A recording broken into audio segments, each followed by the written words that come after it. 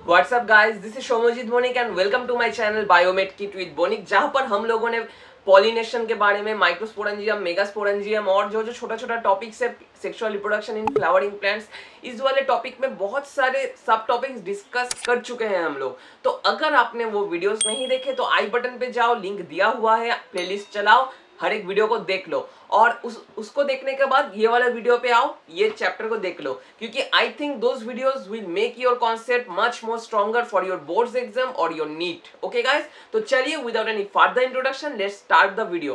तो like share and subscribe, ये वाला बात मैं लास्ट में कहूंगा, अब नहीं, ठीक है। तो यहाँ पर हमें पहले जानना पड़ेगा पोलन पिस्टल इंटरेक्शन क्या होता है। तो ये देखो डिटेल में मैं बता रहा हूँ आपको, ठीक है।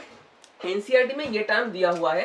ये दो टाइप का होता है, right type pollen pistol interaction, wrong type pollen pistol interaction. Right type का मतलब क्या है? कॉम्पैटिबल।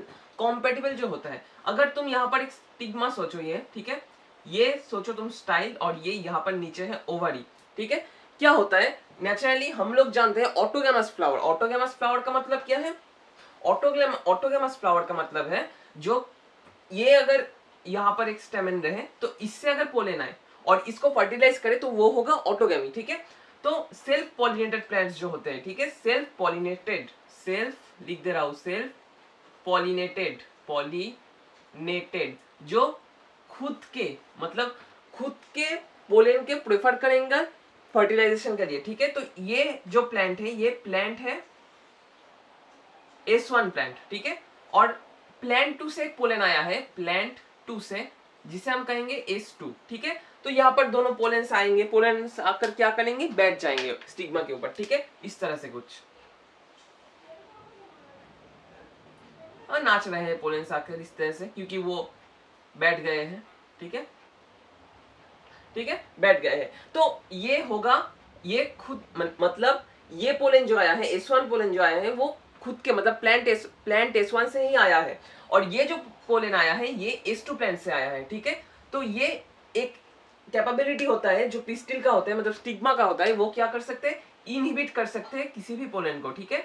तो अगर ये सेल्फ पॉलिनेटेड हो तो ये S1 को ही प्रेफर करेगा, S2 को प्रेफर नहीं करेगा, as S2 is come from the plant 2 से आया है, इसलिए वो क्रॉस पॉलिनेशन को प्रेफर नहीं करेगा। ये देख लो, इनहिबिट कर दे रहा है, ठीक है। ये इसे हम कहेंगे कॉम्पैटिबल, मतलब S1 is compatible to this जो है गाइनोशियम और पिस्टिल, ठीक है। और कुछ कुछ ये जो है ये राइट टाइप होता है इनकॉम्पेटिबिलिटी, और ये जो S2 है ये होता है इनकॉम्पेटिबल, मतलब रॉन्ग टाइप। ये दोनों टर्म आई थिंक आपको समझ में आ गया। और क्रॉस पॉलिनेटेड जो होते हैं उनमें क्या होते हैं? उनमें होते हैं कि ये देखो क्या होते हैं, उनमें क्रॉस पॉलिनेटेड जो होते हैं S1 मतलब S2, ठीक है, वो क्या करते हैं क्रॉस पॉलिनेशन करने के लिए? प्लांट 2 से जो आता है उनको प्रेफर करेगा, लेकिन प्लांट 1 से मतलब खुद के वो वाले प्लांट से जो पोलन आएंगे उनको इनहिबिट कर देगा, ठीक है। इनहिबिट कर देगा, ठीक है, इनहिबिट कर देगा। तो क्या होगा? S1 पोलन ट्यूब फॉर्म करेगा और ये इंटरेक्शन हो पाएगा। तो एनसीईआरटी में ये चीज लिखा हुआ है, इन ब्रीफ मैंने ये बता दिया। तो इसके बाद आना पड़ेगा छोटा सा एक चीज में जो एनसीईआरटी में लिखा हुआ है। अगर मैंने ऑलरेडी पिछले वाले वीडियो में आप लोगों को बता दिया था कि यहाँ पर पोलन का स्ट्रक्चर कैसा होता है, ये होता है एक्साइन, ठीक है, और अंदर वाला होता है इनटाइन, बाहर वाला होता है एक्साइन। ये होता है वेजिटेटिव न्यूक्लियस, और यहाँ पर छोटा करके मतलब vegetative cell, total vegetative cell, और ये होता है वेजिटेटिव न्यूक्लियस, और ये जेनेटिव सेल यहाँ पर होता है। तो जब ये स्टिग्मा के ऊपर बैठता है और इसको हम 10% शुगर सॉल्यूशन में दे दे, ठीक है, 10% शुगर सॉल्यूशन, तो क्या होता है? इसमें से एक्साइन की ये जार्मपोर्ट्स के थ्रू ये इंटाइन बाहर निकल के आता है, ठीक है, इंटाइन बाहर निकल के आता है, या ये क्या करते हैं? पोलन ट्यूब फॉर्म करते हैं, ठीक है। ये आपको समझना पड़ेगा, एनसीईआरटी में ये 10% शुगर सॉल्यूशन वाला टर्म दिया हुआ है। इसके बाद हम आएंगे फर्टिलाइजेशन कैसे होता है। मैंने तो बता दिया लैंडिंग के बारे में, जो इंटरेक्शन होता है, जब इंटरेक्शन मतलब जो कॉम्पेटिबिलिटी हो गया, जब मेल एंड फीमेल का कॉम्पेटिबिलिटी हो गया, मतलब मैरिज हो गया उनका, तो तब क्या होता है? देखो अब यहाँ पर, ठीक है, तब होता है ये जो स्टिग्मा होते हैं, ये जो स्टिग्मा सोचो तुम यहाँ पर, ठीक है, यहाँ पर जो बैठा है यहाँ पर पोलन, ठीक है,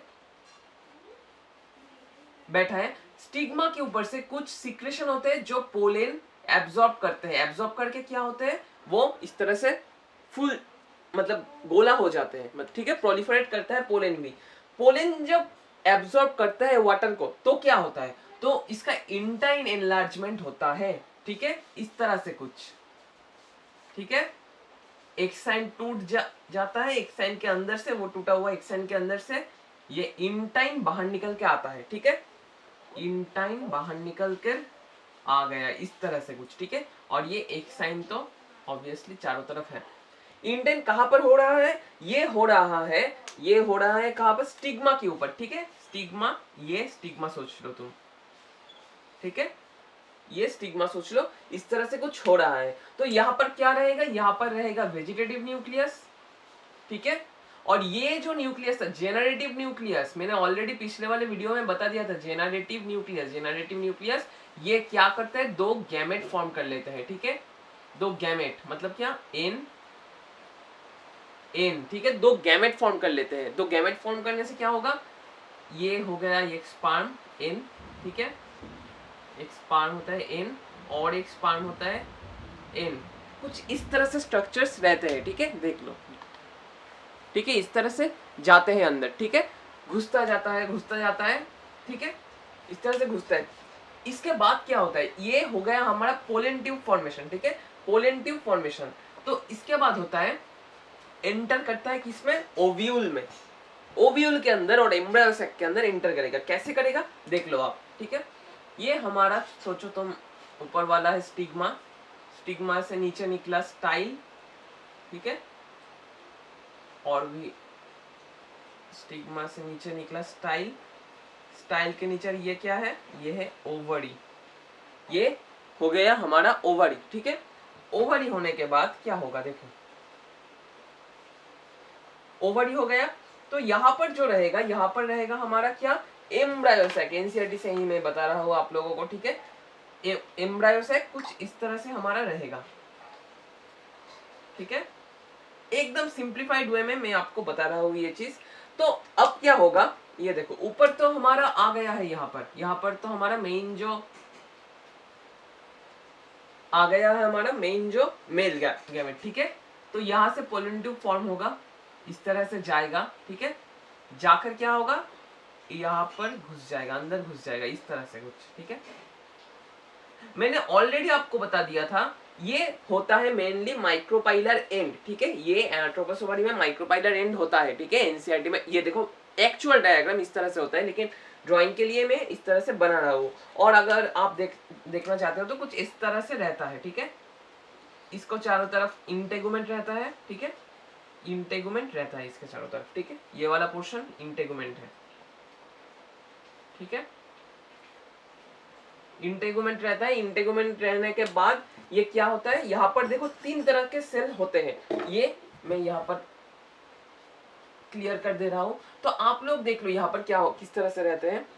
तो आप लोग को मैंने पिछले वाले वीडियो में ऑलरेडी बता दिया था कि जो यहाँ पर होता है, मतलब जो माइक्रोपाइलर एंड की तरफ जो सेल्स रहते हैं उसे हम क्या कहते हैं, तीन सेल्स रहते हैं, तीन सेल्स, ठीक है, तीन सेल्स जो रहते हैं उसे हम क्या कहते हैं, एक होता है एक सेल और दो होते हैं साइनर्जिड्स, साइनर्जिड्स। ये अंदर जो न्यूक्लियस रहते हैं इसे हम कहते हैं क्या, पोलर न्यूक्ली, ठीक है, पोलर न्यूक्ली, ठीक है, और ऊपर जो तीन सेल्स रहते हैं उसे हम क्या कहते हैं, एंटीपोडल्स, एंटीपोडल्स,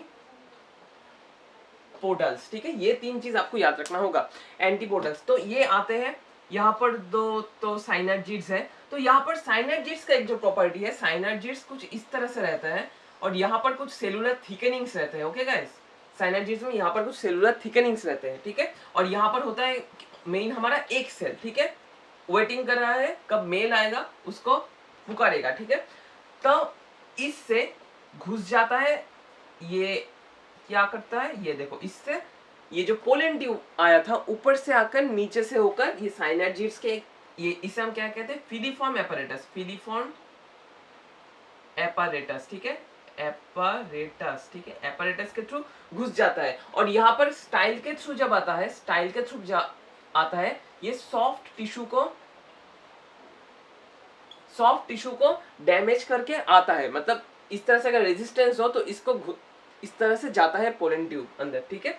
आया यहाँ पर क्या होता है, गैमेट को रिलीज किया, 2 गैमेट थे, इस तरह से 2 गैमेट थे, एक गैमेट जाकर इसको इसमें फ्यूज होकर 2n फॉर्म करेगा, ये इससे हमारा जाइगोट और एम्ब्रायो फॉर्म होगा, ठीक है। ये जो 2n फॉर्म हो रहा है n से एक से मिलकर, इससे हमें फॉर्म होगा क्या, जाइगोट और एम्ब्रायो। और अंदर मैंने ऑलरेडी बता दिया था आपको, ये जो पोलर न्यूक्ली होते हैं ये क्या करते हैं, ये ज्वाइन हो जाता है, ठीक है। ज्वाइन होकर क्या फॉर्म करते हैं, सेंट्रल सेल, सेंट्रल सेल, ये क्या होता है 2n होता है, सेंट्रल सेल 2n होता है, ठीक है। ये सेंटर में हम 2n भी ड्रॉ कर देते हैं, 2n होता है। और एक जो, ये सोच लो, एक तो हमारा एक के पास चला गया, ठीक है, एक के पास एक स्पर्म हमारा चला गया, और एक स्पर्म कहां पर जाएगा, ठीक है, ये देख लो, एक के पास चला गया और एक स्पर्म जाएगा ये सेंट्रल सेल की तरफ, ठीक है, सेंट्रल सेल। मतलब ये समझो ये छोटी बेटी है, छोटी बेटी को छोटा जो गैमेट है वो फर्टिलाइज कर दे, ये बड़ी बेटी है, ठीक है, बड़ी बेटी को बड़ा वाला जो भाई था वो फर्टिलाइज करने चला जाएगा। एक यहाँ पर आया और ये यहाँ पर आकर क्या करेगा, ये मैं क्लियर कर रहा हूं, ठीक है। जब फर्टिलाइज हो जाएगा तब कुछ इस तरह से स्ट्रक्चर फॉर्म होगा, ठीक है। ये तुम सोच लो जो एम्ब्रायो सैक था, एम्ब्रायो सैक के अंदर ये जो फिलीफॉर्म एपरेटस था साइड में, ये हमारा क्या साइनर्जिड्स, ये हमारा हो गया 2n, ये हो गया 3n। क्यों, ये तो 2n ऑब्वियसली था पहले से, तो 2n होने के बाद जब ये स्पर्म का भी तो n था, जब आएगा तो 3n हो गया, और यहाँ पर 3 हमारे एंटीपोडल्स, ठीक है, एंटीपोडल्स, ठीक है। एंटीपोडल्स क्या करेंगे, डीजेनरेट हो जाएंगे इसके बाद, ठीक है, डीजेनरेट, ठीक है।